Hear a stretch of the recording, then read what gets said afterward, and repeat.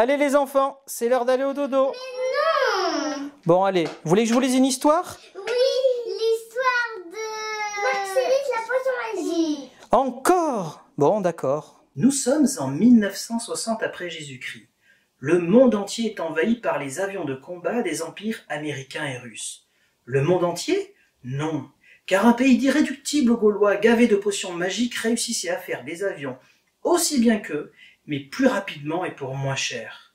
La vie n'est pas facile pour les constructeurs McDonnell Douglas, North Americanus, Lockheedus et Republicus Aviation, car tous voudraient récupérer la recette de la potion magique préparée par le droïde Marcellix.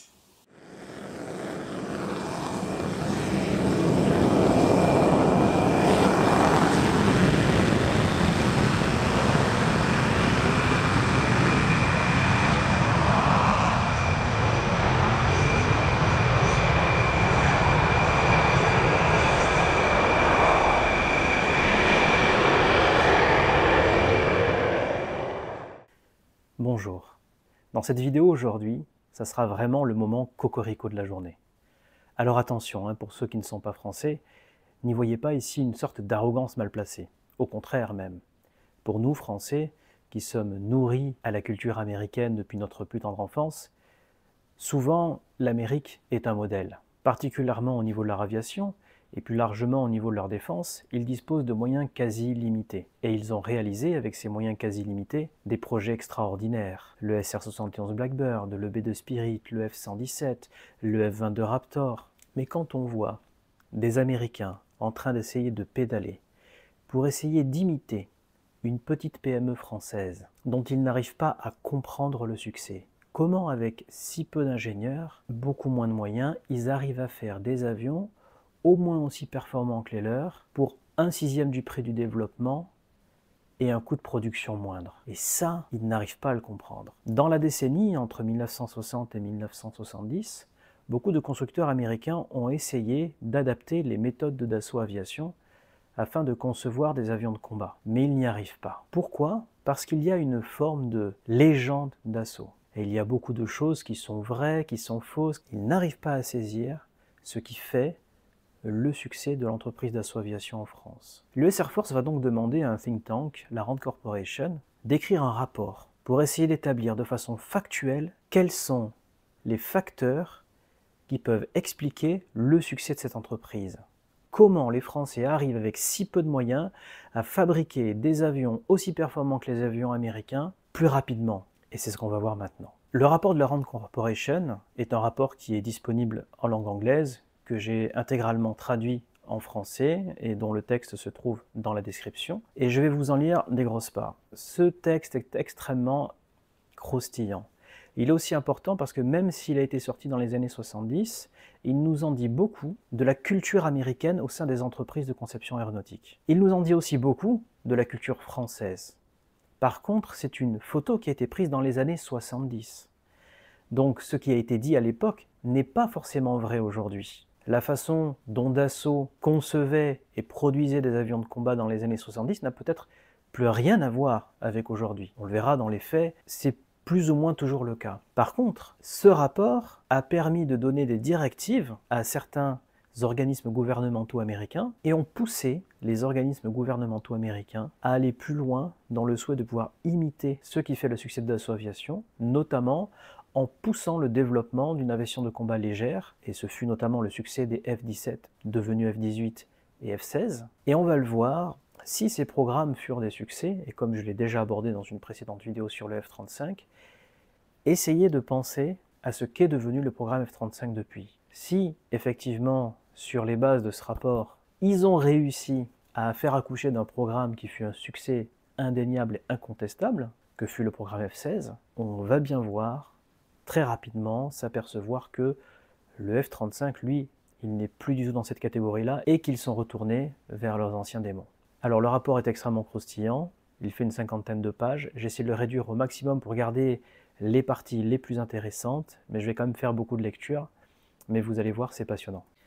Je suis désolé de vous couper en plein milieu de la vidéo, mais je suis en train de faire le montage, j'ai déjà fait le tournage, et je m'aperçois de plusieurs choses, plusieurs messages que je voulais vous laisser.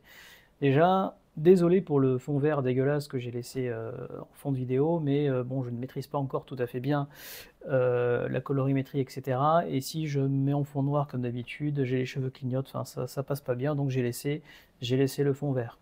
Voilà, même mon fidèle assistant là, il dort, il sait pas m'aider. Ensuite également, je vais vous demander de ne plus me laisser de super thanks. C'est très gentil quand vous le faites, effectivement vous le faites très rapidement. En 2 clics de souris, vous pouvez lâcher 1, 2, 5 euros. Je ne sais pas exactement comment ça fonctionne. En tout cas, YouTube prend 30% de commission dessus. Donc, j'ai créé une cagnotte Litchi la dernière fois et je remercie énormément les 4 premiers contributeurs.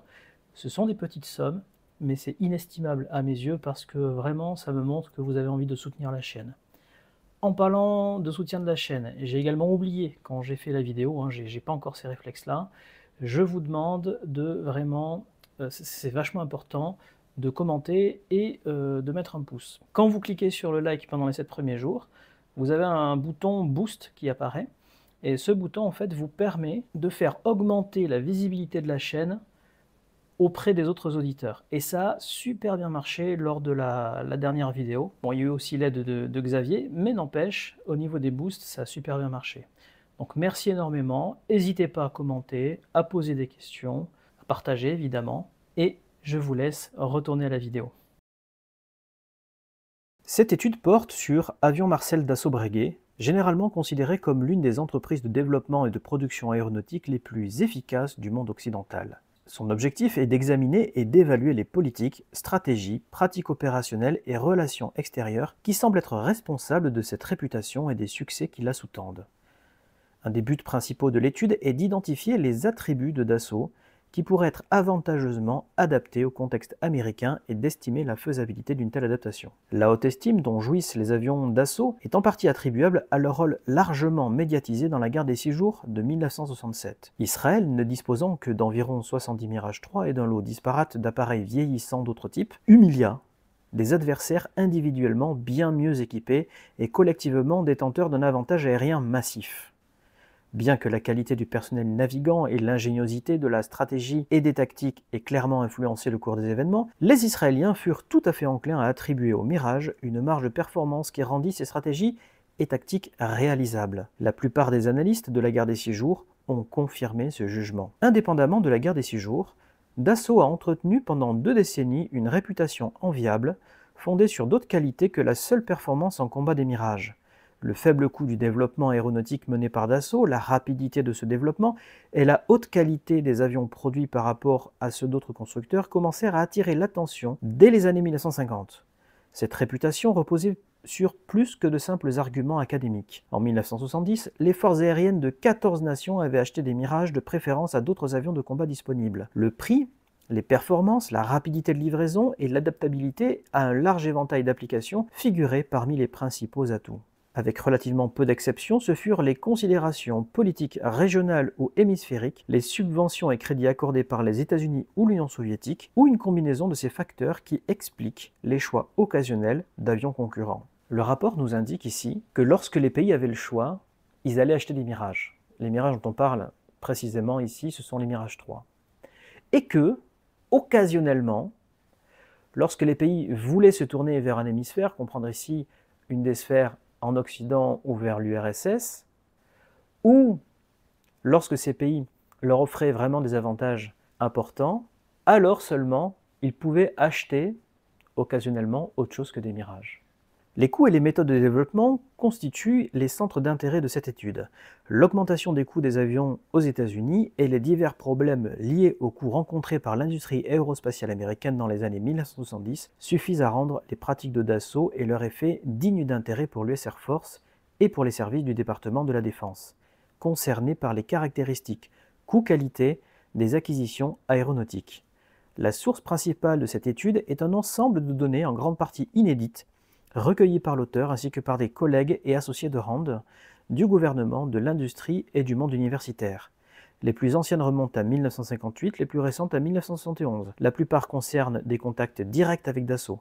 Certaines sont largement quantitatives, d'autres s'intéressent davantage aux réactions suscitées par les succès de Dassault. Ces sources sont rarement en parfait accord. Une explication convaincante des contradictions fut donnée incidemment par la direction de Dassault en 1967, lorsqu'on lui demanda laquelle des deux séries de chiffres sur les effectifs, l'une issue de sources américaines, l'autre de sources britanniques, était la plus proche de la réalité. Un porte-parole de Dassault fournit une troisième série de chiffres, intermédiaires entre les deux, et expliqua que la plupart des visiteurs refusaient de croire que si peu d'ingénieurs étaient mobilisés pour le développement d'avions.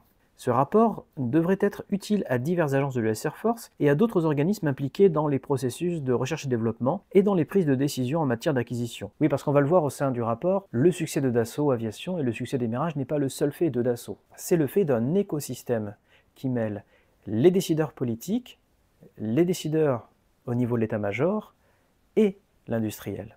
Résumé. Avion Marcel Dassault Breguet Aviation est, selon les critères américains, une entreprise de très petite taille. Dassault n'est même pas le plus grand constructeur aéronautique français, seulement la plus grande société privée dans un pays où l'industrie aéronautique est largement nationalisée, où les budgets de défense sont sévèrement limités et où la base de recherche et de développement est incomparablement plus réduite que celle des États-Unis.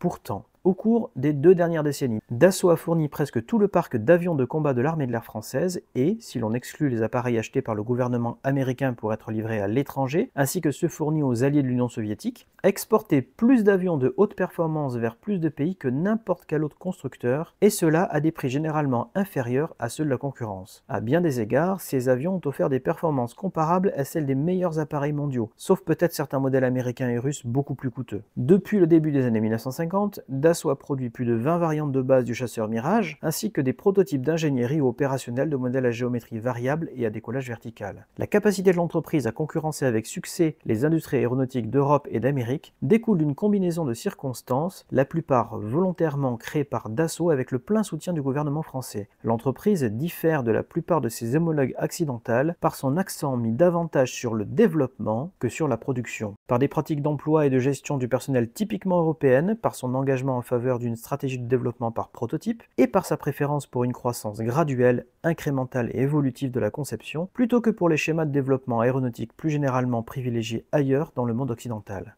Que Dassault soit constamment capable de concevoir et de produire des avions de haute performance comparables et compétitifs face à l'Union soviétique et des États-Unis est presque paradoxal, compte tenu des ressources de l'entreprise et de l'environnement international dans lequel elle évolue. Le processus français d'acquisition d'armement aéronautique semble fonctionner sur l'hypothèse que de bons systèmes d'armes apparaîtront à un coût raisonnable si les militaires ne détaillent pas excessivement leurs exigences et si la conception, le développement et la gestion des programmes progressent sans interférence excessive des instances gouvernementales de contrôle. La politique fondamentale de Dassault en matière de développement est de minimiser l'ampleur du risque technique encouru à un moment donné. Un projet d'avion donné, même s'il peut sembler novateur, n'incorpore en général qu'une ou deux caractéristiques majeures réellement inédites. L'entreprise est presque totalement attachée au recours au prototype pour la vérification de conception et pour la validation des nouveaux éléments de structure, d'aérodynamique, de propulsion et ainsi de suite. Presque tous les prototypes dérivent en grande partie d'appareils antérieurs. À quelques exceptions près, les avions d'assaut sont conçus autour d'un système de propulsion déjà disponible et soigneusement éprouvé, même si certains prototypes peuvent être initialement testés avec un moteur différent de celui prévu pour la version de série. Un moteur nouveau ou une version améliorée d'un moteur existant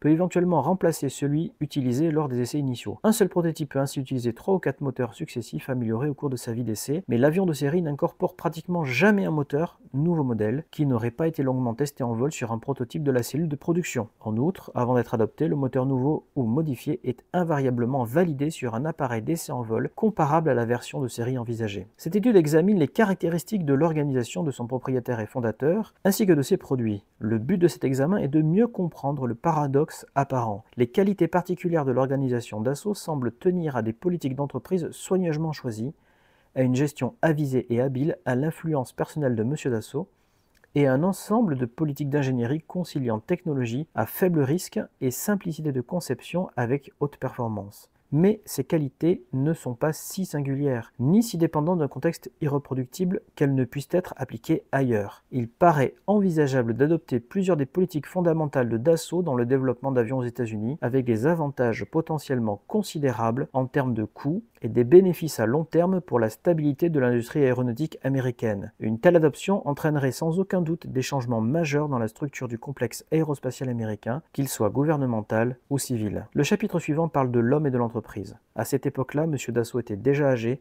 mais était encore très présent dans le fonctionnement de son entreprise. Je vais vous lire un tout petit passage pour comprendre un petit peu l'ambiance dans le rapport, mais je vais passer sur la majorité du texte. L'ensemble du complexe de Vaucresson, un grand bâtiment et 4 plus petits, fonctionne avec un seul réceptionniste. Un homme qui fait également office de garde, de facteur, de standardiste, de chauffeur et de centre d'information. En 1967, un seul véhicule appartenant à l'entreprise était affecté aux visiteurs de Vaucresson. Une Citroën Break, 4 places d'occasion, achetée de 2 ans, le modèle le moins cher de France. Elle servait aussi aux livraisons de colis. La seule installation à Saint-Cloud pouvant être considérée comme typiquement américaine est un ascenseur reliant le rez-de-chaussée au premier étage équipé d'un téléphone d'urgence. Selon la rumeur locale, il s'agissait de la seule concession faite par l'entreprise au vieillissement de M. Dassault. Pour le reste, le rapport fait mention de l'extrême modernité des équipements qui sont utilisés au sein des unités de production, de la grande qualité des ingénieurs, qui sont d'ailleurs généralistes, mais ça on y reviendra un petit peu plus tard, de leur méthode de recrutement, de leur salaire très élevé, même par rapport aux standards américains, et de leur productivité. La politique de conception des avions, de façon incrémentale, est rappelée plusieurs fois dans le rapport. Par contre, il insiste également, et là je vais citer un passage, sur la taille des équipes dédiées à la conception. La conception est confiée à de petites équipes de concepteurs très qualifiés, habitués à travailler ensemble. Une fois la décision prise de lancer un projet, les effectifs de conception préliminaires sont rapidement portés à la taille nécessaire pour couvrir la phase de conception du prototype. Dans le cas typique du Mirage 4, l'équipe passa de 20 personnes à 83 en 11 mois, resta stable durant près d'un an, puis retomba à presque 0 en 4 mois. Il est abordé maintenant la question du coût. Les contrats de développement liant Dassault Aviation à l'État sont généralement de type prix fixe avec incitation. Les prix cibles sont établis par diverses méthodes, mais couvrent toujours de petites phases de travail bien définies en objectifs et en coûts, permettant des estimations précises. Dassault Aviation utilise à la fois des méthodes de chiffrage détaillées et des estimations paramétriques s'appuyant sur une expérience accumulée de 25 ans et 24 prototypes militaires réalisés. L'entreprise revendique une marge d'erreur inférieure à 10%, contre 40 à 80% pour des programmes américains récents. Cette précision découle autant de la prudence technique que d'une base de données incomparable sur les coûts. En théorie, Dassault pourrait être pénalisé jusqu'à 6% de la valeur brute d'un contrat en cas de non-performance. L'entreprise affirme toutefois n'avoir perdu de l'argent sur aucun programme depuis 15 ans. Ces critiques suggèrent que cette prudence excessive explique cette absence de perte. Pourtant, ce conservatisme ne conduit pas à des avions de moindre performance, ce qui reste paradoxal. La troisième partie ne s'applique pas directement à Dassault. Elle parle du gouvernement ou de la gouvernance de ces contrats de développement, notamment la fonction du gouvernement et des armées. Le processus français d'acquisition d'armement aéronautique semble fonctionner sur la base de l'hypothèse que de bons équipements apparaîtront à un coût raisonnable si les militaires n'imposent pas des exigences excessivement détaillées et si la conception de développement et la gestion du programme se déroulent sans une trop grande ingérence de la plupart des superviseurs gouvernementaux. L'armée de l'air française a manifestement conclu qu'il est possible d'obtenir des avions d'exception de la part de Dassault sans supervision militaire étroite du processus de conception et de développement. Sud Aviation est davantage surveillé que Dassault. Ainsi, cette politique ne s'applique pas à tous ces fournisseurs français avec la même rigueur qu'à Dassault, mais elle semble être appliquée chaque fois que cela est possible. De plus, le ministère de l'Aviation s'est montré jusqu'ici prêt à annuler des programmes de développement financés et soutenus par l'État au profit de projets entièrement différents développés indépendamment par Dassault et jugés plus prometteurs. C'est ainsi que le Super Vautour, un développement de Sud Aviation, fut abandonné.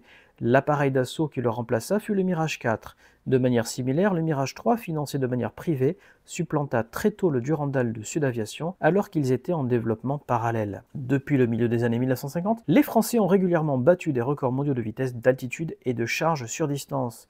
Leur persistance dans le programme de transport supersonique Concorde, malgré l'augmentation constante des coûts et une demande incertaine pour l'avion, reflète en partie un appétit national pour les réussites technologiques. Mais le Concorde constitue une exception à la règle et les divers projets d'avions visant les records se sont révélés surprenants peu coûteux comparés à leurs équivalents américains. La politique de défense française, bien qu'ambitieuse dans sa conception, est sévèrement contrainte par les finances. En dehors de son investissement constant dans les avions d'assaut, la France a également développé et acheté un petit lot de missiles balistiques de portée intermédiaire, lancé un programme de sous-marins lanceurs d'engins, conçu plusieurs moteurs d'avions avancés, produit le Concorde. There she's rocking. There's the smoke.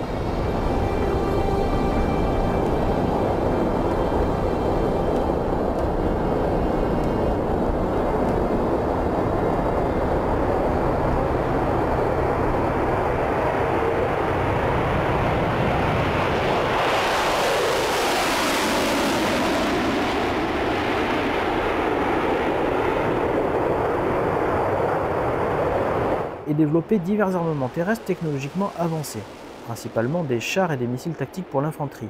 Tous ces projets sont coûteux, non pas forcément au regard des normes américaines, mais certainement en comparaison avec les investissements technologiques des autres pays de l'Europe de l'Ouest. Voilà, hein. Et quand on lit ça, on a tendance à penser que, quand on regarde le programme Rafale, je crois qu'il s'est déroulé avec une augmentation de 5% des coûts, ce qui est ridicule par rapport aux dérives que l'on peut constater sur les programmes américains, que ce soit le F-22 ou le F-35. Sur le développement du bloc 4 seulement, on est parti d'un budget de 10 milliards, on est déjà à 16 milliards, mais cela est une estimation et on ne sait pas vers où on va. La partie 4 du rapport insiste sur les processus de développement.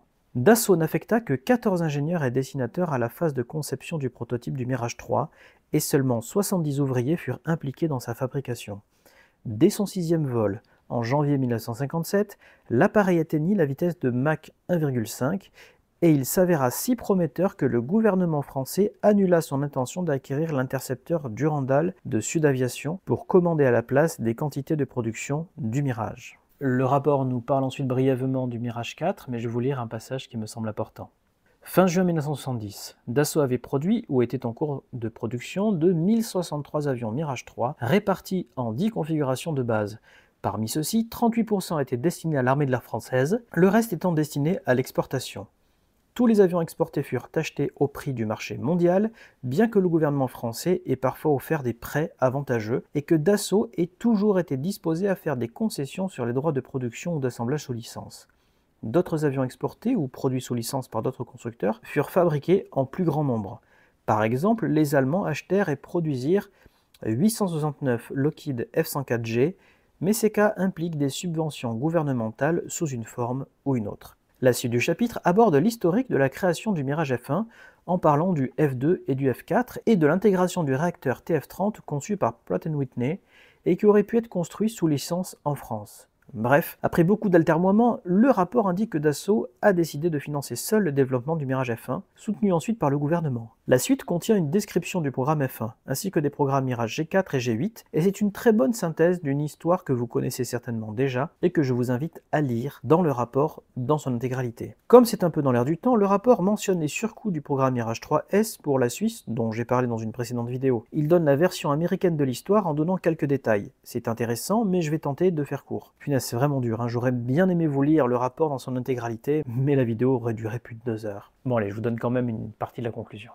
Les sources de cette hausse de coûts dans le programme Mirage 3S n'étaient ni obscures ni difficiles à identifier. Une cause sous-jacente était l'inexpérience des producteurs suisses face aux tolérances serrées et aux techniques de fabrication spécialisées nécessaires à la construction d'un avion de chasse supersonique à haute densité. Le dernier avion produit en série en Suisse était une version améliorée du De Havilland Vampire, conçu en 1941 pour fournir des chasseurs à action contre la Luftwaffe. Bien que le Venom n'ait volé qu'en septembre 1949, il était en fait inférieur sous la plupart des aspects au F-84, F-86 et MiG-15, largement utilisés ailleurs dans le monde en 1950.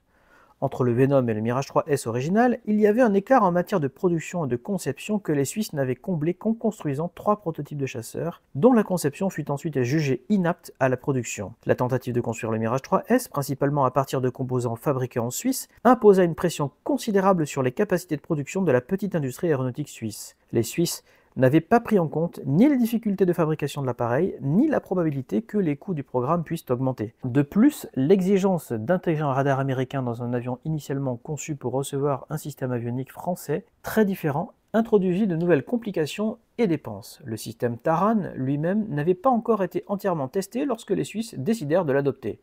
L'intégration des équipements électroniques Hughes dans la cellule d'assaut prit finalement 18 mois au lieu des 6 initialement prévus. En réalité, l'avion suisse final était si différent de son prédécesseur Mirage 3C qu'il s'agissait presque d'un nouveau développement. Environ 25% de l'augmentation effective des coûts du programme Mirage 3S était due à l'inflation ou plus précisément à une dégradation du taux de change entre le franc suisse et le franc français. Le prix unitaire estimé initialement pour chaque avion dans un lot de 100 était de 2,07 millions de dollars. L'inflation porta ce prix à 4,55 millions. L'augmentation des coûts de développement et de fabrication ajouta encore 3 millions de dollars au coût de chaque avion, portant le prix unitaire de 1965 à 5,6 millions de dollars. Une partie de cette hausse de 3 millions peut être imputée à l'augmentation des coûts de production liés à la réduction du programme de 100 à 57 avions. Néanmoins, pour chaque Mirage 3S, environ 2 millions de dollars du prix total étaient dus à des difficultés d'ingénierie imprévues et à des modifications dans les spécifications de l'avion. Cela correspond à un facteur de croissance des coûts de 1,8, corrigé de l'inflation. Le F-111 américain connut pratiquement le même facteur de croissance des coûts et pour des raisons similaires. Voilà. La vraie raison pour laquelle le rapport de la Rand Corporation a parlé du cas suisse, c'est parce que les Américains ont vécu la même chose avec le F-111. Et pas seulement avec le F-111 d'ailleurs, avec le F-104G également, où les coûts ont augmenté de 150%. Donc, le cas suisse, ici, est abordé comme un cas d'école qui permet d'expliquer d'où peut provenir une grosse augmentation des coûts de développement d'un appareil. Et nous voici maintenant dans la dernière partie du rapport, qui se nomme « Observation et implication ».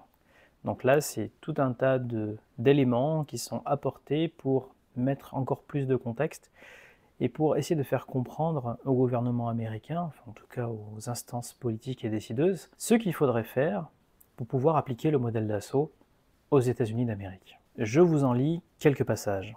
À la base du mode de développement des avions chez Dassault se trouve un engagement fondamental envers l'austérité. Les effectifs techniques sont réduits selon les normes américaines ou britanniques et les effectifs administratifs sont modestes. Les installations sont presque spartiates et ce n'est que dans les équipements de test et de fabrication que l'on retrouve une abondance de ressources comparables à celles de l'industrie aéronautique américaine. Ces habitudes se reflètent dans les politiques de financement. Bien que Dassault investisse fréquemment du capital à risque dans de nouveaux programmes, même lorsque le client potentiel manifeste un désintérêt initial, cet investissement est généralement consacré à une analyse de conception minutieuse et à la démonstration des capacités.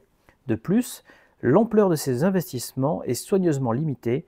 La plupart des prototypes de Dassault sont peu coûteux parce qu'ils n'intègrent que les éléments non standards et sur mesure essentiels à la démonstration des objectifs poursuivis. Cependant, Dassault a parfois introduit de nouvelles techniques, comme le fraisage chimique, dans ses programmes de prototypes afin de les expérimenter à moindre coût et sans mettre en péril les opérations de production.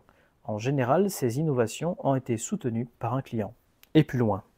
D'autres particularités de l'organisation Dassault découlent de son environnement. La stabilité de l'emploi est à la fois un produit et une cause de la politique de l'entreprise. En partie pour des raisons politiques en France, en partie en raison de la tradition de l'entreprise, et en partie parce qu'elle a évité les contrats générant des besoins fluctuants de main-d'œuvre. Dassault a connu une stabilité ou une croissance modérée de son personnel au cours des 26 années qui suivirent la guerre. Cette croissance lente et cette stabilité ont freiné la mobilité interne et rendu cette situation acceptable pour les employés. Cette stabilité est moins marquée chez les ingénieurs seniors et les cadres, mais elle existe néanmoins. Il en résulte une tendance aux carrières spécialisées dans une seule compétence, phénomène rare dans l'industrie aéronautique américaine. Un ingénieur A, par exemple, était le concepteur principal de toutes les ailes utilisées sur les avions Mirage, ce qui explique en grande partie leur qualité. Le conservatisme de Dassault, dans son approche de la technologie, est complété par une politique d'essai radicalement différente de la pratique américaine des dernières décennies. Même une variante mineure d'un modèle Mirage de base est généralement testée sous forme de prototype. Des changements plus importants, comme le passage de la série Mirage E au modèle F, impliquent fréquemment 3 séries successives de prototypes allant de la démonstration de concept jusqu'au modèle de pré-production. Une des conséquences de cette approche est une connaissance approfondie des caractéristiques des avions nouveaux ou modifiés avant toute décision de production. De plus, en raison des changements limités entre chaque modèle successif, même du Mirage 3E au Mirage F, les essais peuvent se concentrer sur l'impact de quelques caractéristiques nouvelles sur les performances globales. Plus loin, on parle du fait que le modèle des essais en vol est également plus court et beaucoup moins coûteux que ce qui se fait aux États-Unis, et même de citer un exemple. C'est ainsi que l'on peut expliquer l'exploit remarquable qui a consisté à faire passer le bombardier Mirage 4 du stade de la conception à celui de l'opérationnel en environ les 2/3 du temps requis pour le F-111, un avion de taille et de performance similaires, et pour environ 10% de son coût. Les deux avions ont été développés selon des priorités presque identiques et suivant des calendriers similaires. Tous deux ont connu des retards d'environ 10%, mais le Mirage 4 a satisfait à toutes les exigences opérationnelles de son client environ 3 ans avant le F-111. Certains des avantages de l'entreprise peuvent effectivement découler de sa position privilégiée en France, voire du simple fait qu'il s'agit d'une entreprise française, même si cet avantage ne semble pas se traduire par des réussites comparables dans les domaines des ordinateurs, de l'électronique, des missiles, des moteurs et d'autres spécialisations de haute technologie. L'argument selon lequel Dassault progresse en exploitant les avancées réalisées ailleurs dans l'aéronautique s'applique tout autant à l'ensemble de l'industrie aéronautique mondiale. Le caisson d'aile du F-14 de Grumman doit d'ailleurs davantage au Mirage G8 de Dassault qu'au F-111 par exemple. L'affirmation selon laquelle les avions de Dassault seraient techniquement inférieurs à d'autres est probablement vraie si on les compare à des chasseurs américains beaucoup plus coûteux, le F-4 par exemple, mais elle est en grande partie fausse dans les autres cas. Enfin, il n'est pas impossible que Dassault puisse devenir la victime de son propre succès. La promotion de l'approche Dassault en matière de développement et de production a commencé au début des années 1960 aux États-Unis, et il faut reconnaître qu'elle a exercé une influence considérable sur la décision de 1970 de développer des chasseurs légers en utilisant des technologies existantes pour une adoption éventuelle par l'US Air Force ou l'US Navy à la fin de la décennie. Le P530 Cobra de Northrop, qui est donc le nom du programme qui a donné naissance au YF-17, qui est devenu plus tard le F-18, a indéniablement été développé selon les lignes de pensée privilégiées par Dassault et comme un concurrent du Mirage, même si Northrop avait moins à modifier dans sa stratégie de conception que la plupart des autres constructeurs de chasseurs. Hawker et Saab Scania reconnaissent l'influence de l'expérience Dassault dans le développement final du Harrier et du Viggen. Lockheed, dans sa proposition CL-1200, a appliqué un mélange de l'approche Skunk Works et de la doctrine Dassault, bien qu'avec un peu de succès initial en termes de vente. Le Mirage motorisé par le J-79 israélien, s'il voit le jour, reflètera assurément l'approche Dassault du développement. L'ironie ne saurait échapper à Dassault. Alors effectivement, si les méthodes de Dassault Aviation ont effectivement été appliquées aux États-Unis et ont donné naissance au F-18 et au F-16, on peut considérer que Dassault est devenu la victime de son propre succès, puisque ce sont ces méthodes qui ont été utilisées pour le concurrencer. Quoi qu'il en soit, le Mirage 3 remotorisé avec le J-79, un avion qu'on a pu connaître sous le nom de Kafir après, a eu un succès un peu moins retentissant, malgré les qualités de l'avion. Mais oui, effectivement, la méthode Dassault, appliquée ailleurs, a fait du mal à Dassault, puisque d'autres concurrents ont pu produire des avions beaucoup plus rapidement, pour bien moins cher, en étant moins complexes technologiquement peut-être, et beaucoup plus capables. Malgré tout, une fois passée la période du F-16 et du F-18, on se retrouve aujourd'hui dans une situation qui n'est plus du tout la même, puisque avec les programmes actuels, les Américains sont retournés dans leurs anciens travers, et les méthodes d'assaut ne sont de toute évidence plus du tout appliquées. Si les États-Unis décidaient d'expérimenter une politique de développement évolutif, le département de la Défense devrait commencer par soutenir le développement continu d'un avion de base offrant un potentiel d'évolution appréciable. Un point de départ possible serait constitué par les différentes propositions récurrentes des constructeurs américains visant à fournir un chasseur relativement peu coûteux, dérivé d'un appareil déjà en vol ou présentant un risque de développement relativement limité. Parmi les candidats figure le projet de F-4 léger, avec une nouvelle aile et de nouveaux moteurs, le F-104 amélioré, la proposition CL-1200 Lancer de Lockheed, dans ce qui allait devenir le concours de chasseurs légers, les versions à bas coût des F-14 et F-15 proposées en fin 1972, les projets Northrop, F-17 et General Dynamics Convair, F-16 présentés dans la compétition de chasseurs légers, le Northrop P530 Cobra et la version allégée du F-8 proposé par LTV. L'approche la plus simple consisterait sans doute à développer l'avion vainqueur de la compétition de 1973 pour les chasseurs légers à la manière d'un appareil d'assaut, même si pour les États-Unis il pourrait y avoir des avantages à développer simultanément deux projets concurrents de chasseurs. Et effectivement, puisque l'avion qui a gagné lors de ce concours en 1973 n'est autre que le YF-16, qui est donc devenu le F-16, l'avion de combat le plus produit ces 50 dernières années. Et pour la conclusion, je vais lire ce petit morceau choisi. La question de savoir si une entreprise ou plusieurs entreprises dotées d'attraits comparables à ceux de Dassault émergeraient aux États-Unis une fois ces politiques adoptées n'est pas pertinente. Toutes les grandes entreprises américaines qui ont développé des chasseurs depuis 1945 ont, à un moment ou à un autre, atteint l'élégance et l'efficacité de Dassault à son meilleur niveau.